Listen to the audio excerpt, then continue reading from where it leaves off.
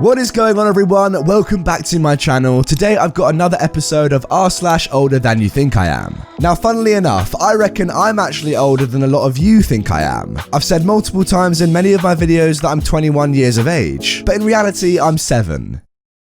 Let's get into the video. Is there a doctor on board? Why, yes there is. Some background before I begin, I'm a doctor. This event happened a few years ago now, back when I was a junior doctor, so shiny you could use me for a shaving mirror. I also had a career before I did medicine, so I was 30 years old when this happened. I'd been a doctor for about 8 months, so I was on a flight with a well-known airline that has this weird obsession with putting pictures of kangaroos everywhere, with my then fiance and some of our friends going for a trip to Bali.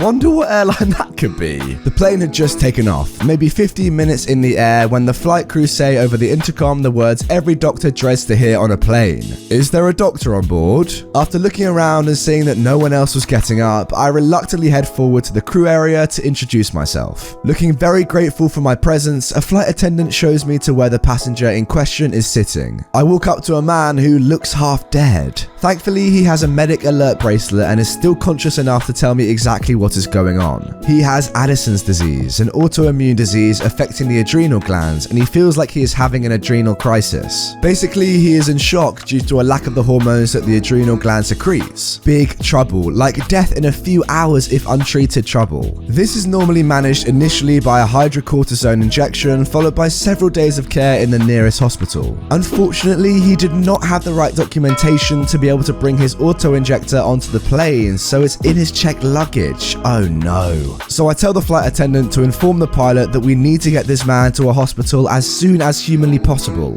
Another flight attendant was in the process of talking to an on-call medical advice service for airlines in emergencies, and the doctor on the other end agrees with my assessment. The plane turns around, heading back to the airport we just came from. I have a conversation with the on-call service, an amazing team of people. I wish I found out the name of the organization so I could shout them out. Unfortunately, it got lost among all the other things happening. Boring doctor conversation happens, I get given a plan for the patient on the plane. Awesome. The aircraft had a surprisingly well-stocked first aid kit on board, so I begin administering fluids to my new patient while all of this is happening. As I'm doing so, a woman comes up and introduces herself as a nurse, showing me her work badge. Don't ask me why she had one on the plane, I have no idea. Great, the extra sets of experienced hands will be useful. I ask her to start the fluids once I get a line inserted into the patient, and to then recheck his vitals in a few minutes to see how he is responding. The flight attendant who initially took me to the patient then tells me that the nurse should be able to handle it from here, and that she would like me to return to my seat. Okay, that's weird.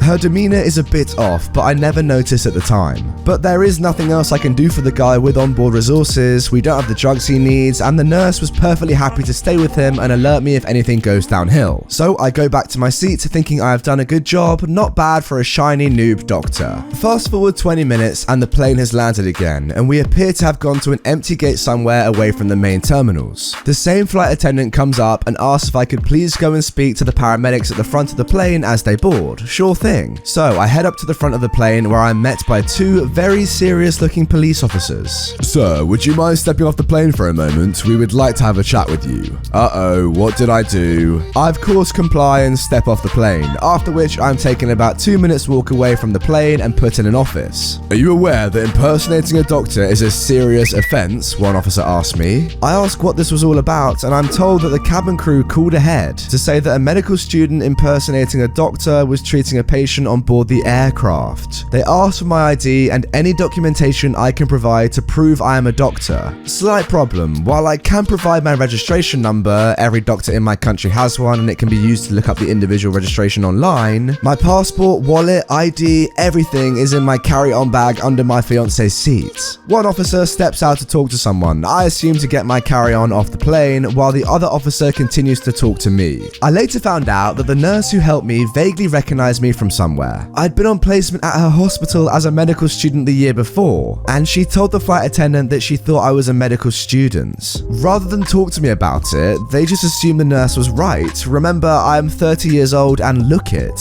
and took steps to separate me from the patient. I was so focused on the patient, I never noticed the change in body language from the cabin crew or really took notice of the oddity of asking me back to my seat. Then again, later, they lied to me to get me to exit the plane quietly. The officer who had stepped out came back after what felt like half an hour or so, and through police magic was somehow able to verify who I was, and that I actually was a doctor. Phew, I was half doubting myself for a minute there. But they hadn't thought to speak to the airline about all of my belongings. They let me go and take me back to where the plane was. Only problem, the plane wasn't there. They had refueled and taken off again. So now I'm stuck in an airport on the wrong side of passport control without any form of identification. No home key, no money, no phone, nothing. I hadn't been able to speak to my then fiance or any of my friends, so they had no idea what was going on. I had just vanished from their perspective, and no one would answer their questions throughout the entire flight or after they landed. The airline I was flying with also had the gall to try and deny any wrongdoing. They refused to transfer me to a different flight as I was asked to leave the plane, so I must have been in the wrong. And so they did not want a disruptive passenger on board one of their aircraft. And oh yeah, I had no passport. As far as they were concerned, I should just go away and leave them well alone. They even tried to prevent me from using their phone to call someone for help.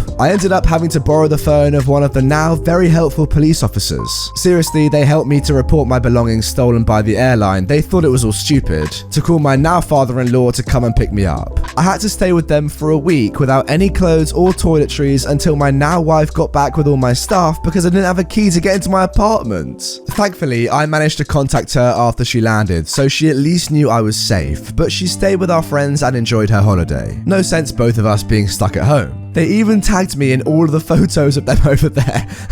Cheeky kids, yeah, exactly. In the end, I managed to win a claim through small claims court, but it took an awfully long time to process. I got my money back with a small amount for damages. Throughout the entire process, despite witness statements from other passengers, the airline still adamantly refused to admit they had done anything wrong. There is still ongoing litigation, which I am oh so looking forward to. So I will not be directly naming the airline that is totally not easy to find with a Google search from the information I've already provided. Now I try to get some alcohol ASAP once I board a plane so that I can refuse to assist due to being impaired. Also, I'll never fly that airline ever again. Oh, and the guy made a full recovery. He sent me a thank you letter with some chocolates once he got out of the hospital. I still have the card to this day and I cherish it greatly. The chocolates were trash though, lol. Great guy, he kept in touch. Now a few days after this post, OP has actually provided us all with an update. So the patient from the plane had a lawsuit going against the airline. I had supplied an affidavit for this along with several other passengers and testimony from an emergency specialist doctor as an expert witness. I think the airline saw the writing on the wall after a preliminary hearing and so settled out of court for an undisclosed amount. I'm not currently at liberty to discuss more details about that particular case. After they settled his case, they finally started taking my second and larger lawsuit a bit more seriously and came to a mediation with an actual offer. We were finally able to settle out of court for significantly more than my original suit, which was filed at the time of the incident. Because in the interim, I have faced burnout and had to take 3 months off of work, at least in part due to being unable to take the only holiday opportunity I was granted as a house officer. Read intern junior resident. They finally issued a written apology to me from the CEO of the airline, which is what I was after all along. Once I receive my settlement, I'm going to use some of the money to fly business class to Bali on the airline's main rival as a final middle finger to them.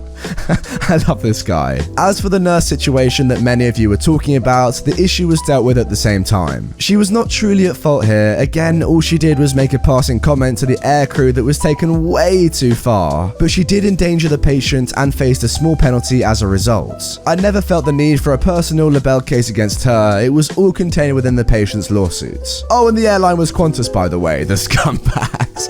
Yeah, if you couldn't work it out already, that was the airline. I tell you what, guys, those of you that don't know much about r/OlderThanYouThinkIAm, look at this story, man. It's such a good subreddit. I love how it's so specific as well. Entitled parents is like, you know, that could happen anywhere in the world to any sort of person. Whereas this is just one thing. Somebody thinks that you're younger than you actually are. I just love it though. There are so many varied stories. As for this one, the update made me happy because that was not a good situation. I can understand how that might have happened even though you said you're 30 and you look it. Although, to be honest, the nurse who saw her in your practice maybe a year ago, did she not think that maybe you might have been fully trained by this point? Like, it has been a year since you were there as a student. Logic would suggest that you may have graduated and become a full doctor at this point. I don't know. And also, I totally agree with you. The way you were treated by the airline was awful. Like, yeah, fair enough. If they're not completely sure about who you are, that's okay to take you off, I guess. But then not giving you any sort of refund or saying, yeah, we'll get you on the next direct flight once they realize who you are, that's awful. Anyway, I'm very happy to read your update and see that there is a more than satisfactory conclusion to this story. I also think it's completely justified. If an airline is horrible to you, you're more than welcome to sue, and hopefully you get more than you would have got if they'd just given you the money in the first place. So guys, that is going to be the end of my third episode of r/OlderThanYouThinkIAm. If you did enjoy this particular episode and you haven't yet seen either of my other two, they are both on screen right now. With that being said, remember to like, comment down below, and subscribe to my channel. We're trying to hit 250,000 subscribers as quickly as possible, hopefully by Christmas Day. So yeah, subscribe, and I will see you all later with another video on the channel.